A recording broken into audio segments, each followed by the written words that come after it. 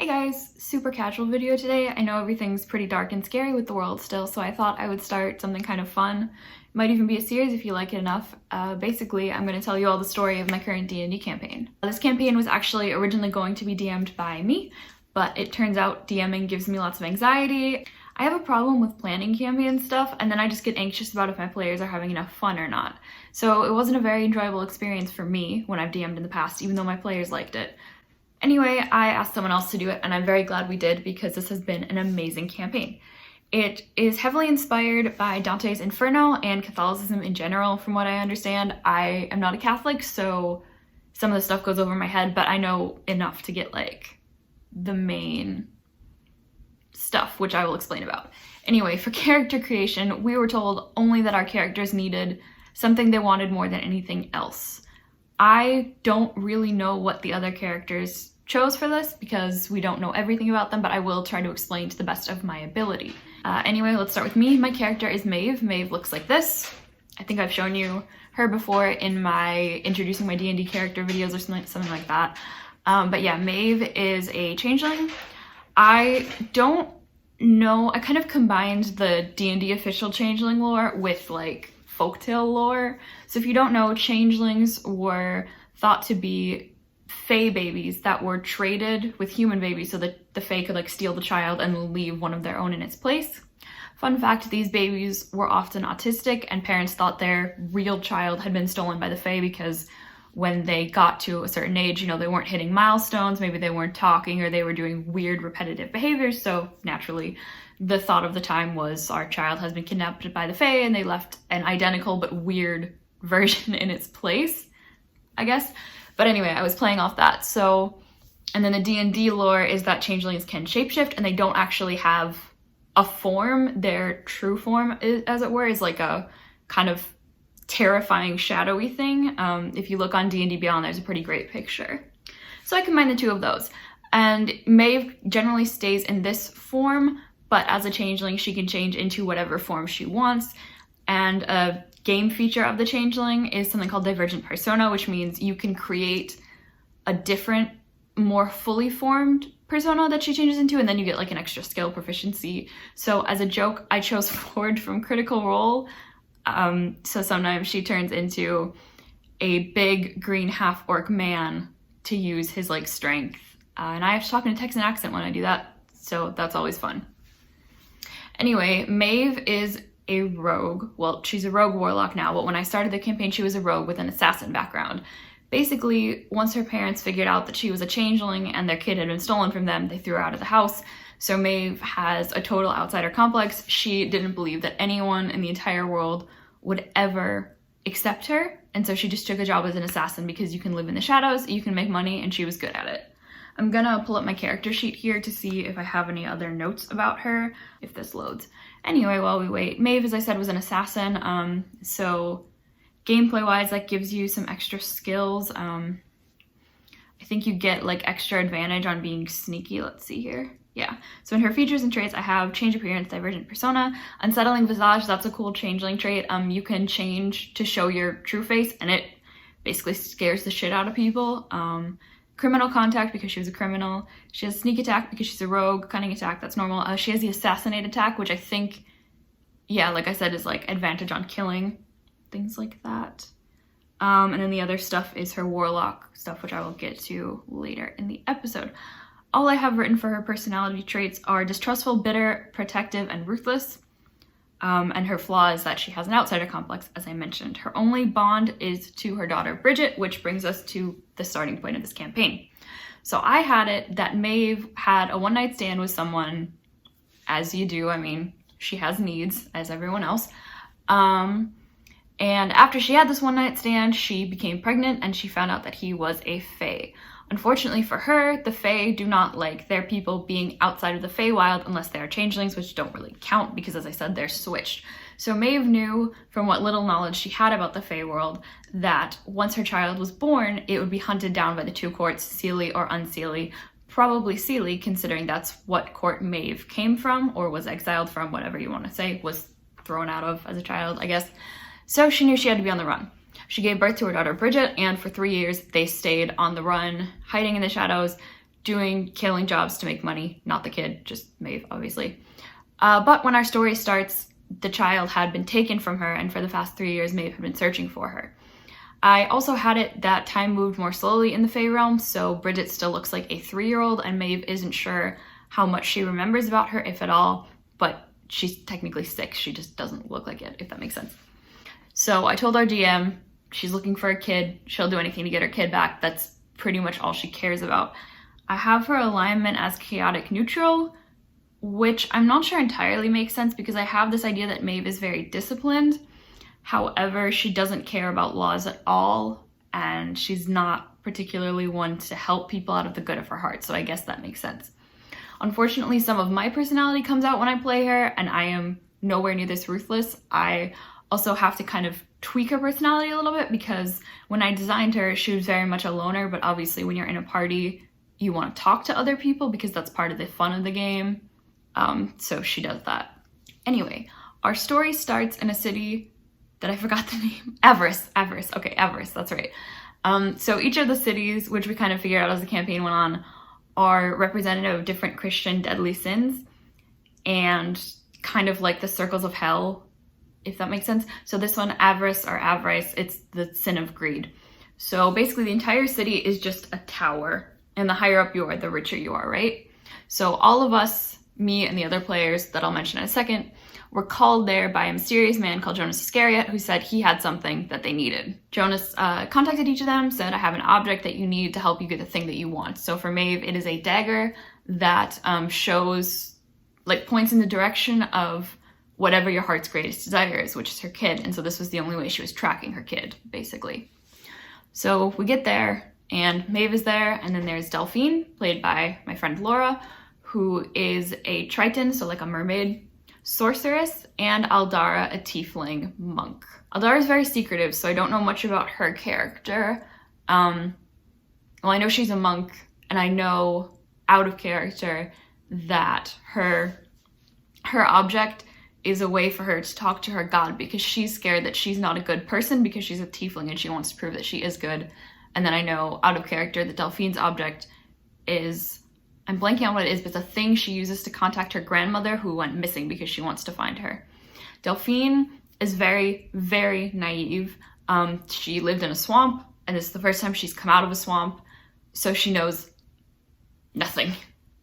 Her intelligence score isn't like critically low, but it's not great, and a lot of that is played off by her naivete. So she'll ask a lot of things, and Laura just plays her fantastically. Just the way that she has this wide-eyed innocence about everything. So we'll be killing people, and well, I'll get into it.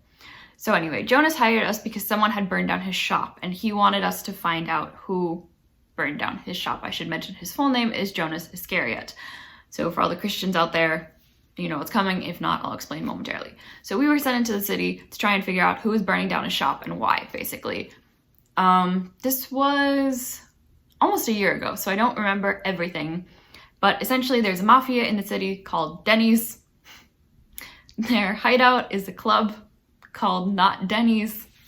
And most of their names are Italian. So the two main hit women were called Giaccio and Cioccolate, which means ice cream and chocolate in Italian.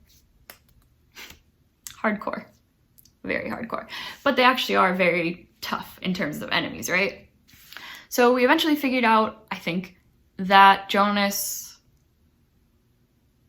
knew that the mafia was burning down his shop because he wanted insurance payments. I think that's what it was. But while we were there, so he betrayed us, right? And we tried to kill him. And Aldara cut his manhood off. And then Delphine dragged his screaming body into the bathroom to try and figure out how he could urinate without his manhood. This is a running joke in our campaign.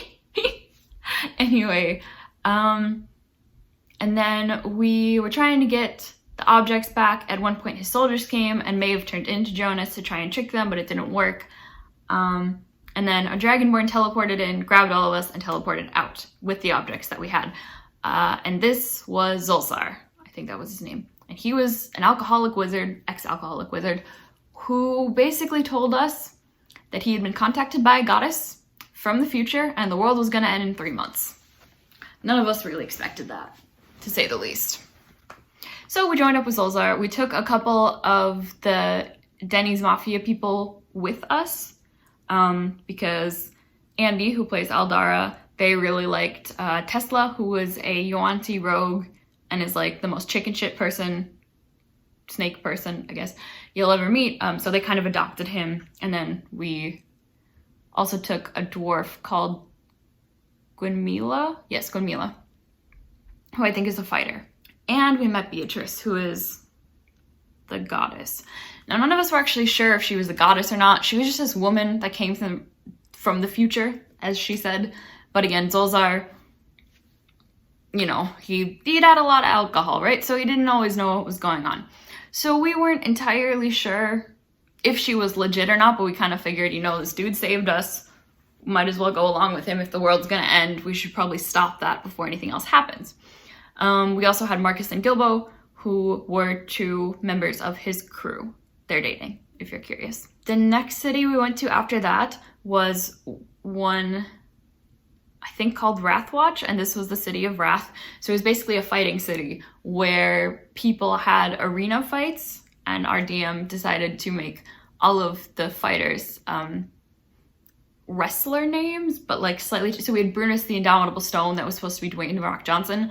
I don't know wrestling at all, so besides that one, I know there was an invisible one that was supposed to be John Cena, but I don't remember his name. So I'm sorry, Adam, you made all these jokes, but you know, they're funny. So we had to do some arena fighting, basically. And we were snooping around the city, blah, blah, blah, getting ready to fight. Who did we fight? We fought a werewolf in the arena. We were trying to get a boat as well.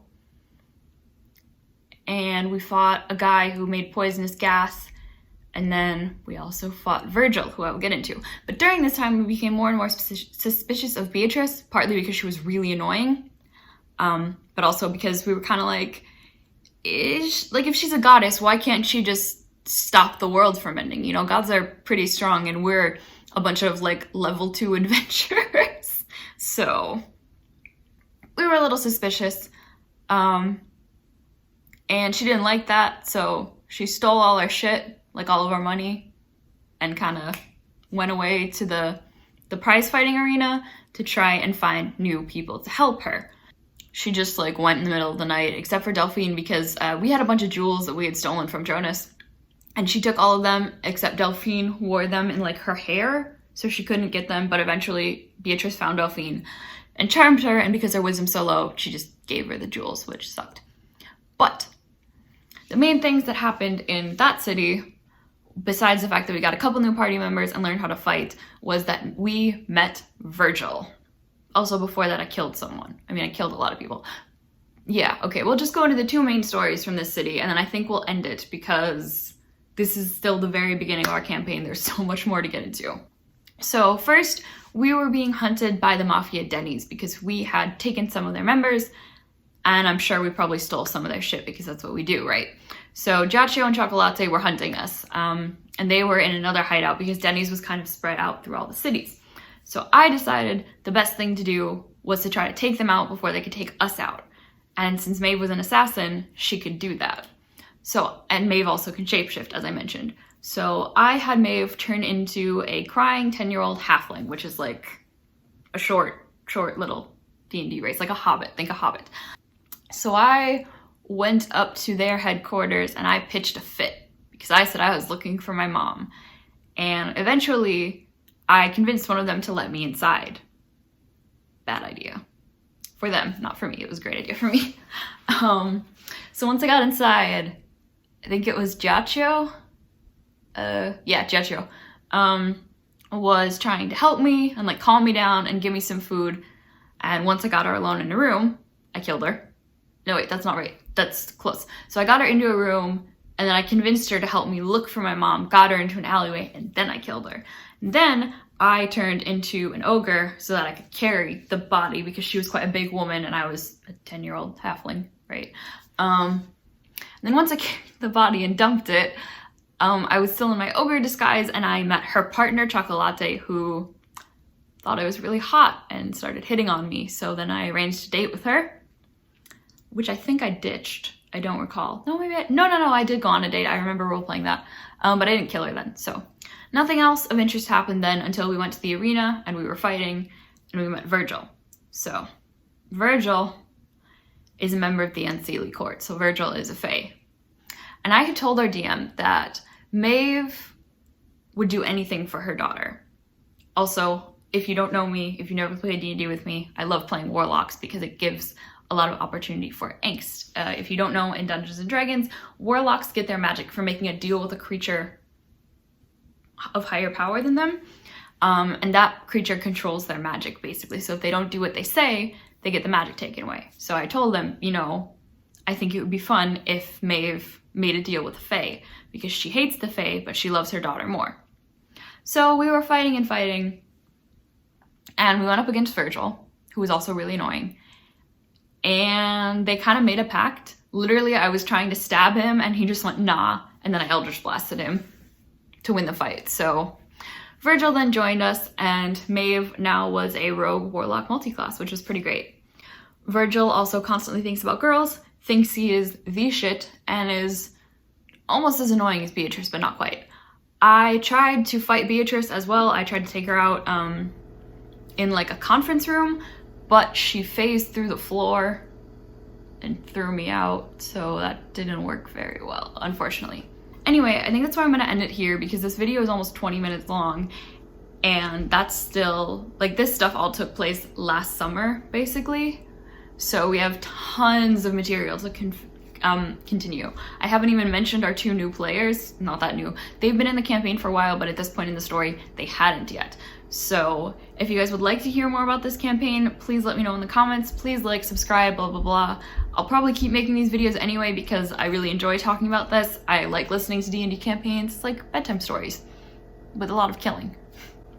Anyway, thank you guys so much for watching. I hope you're all doing okay with the self-isolation. Remember to stay inside, stay positive, and I will see you next Sunday. Bye.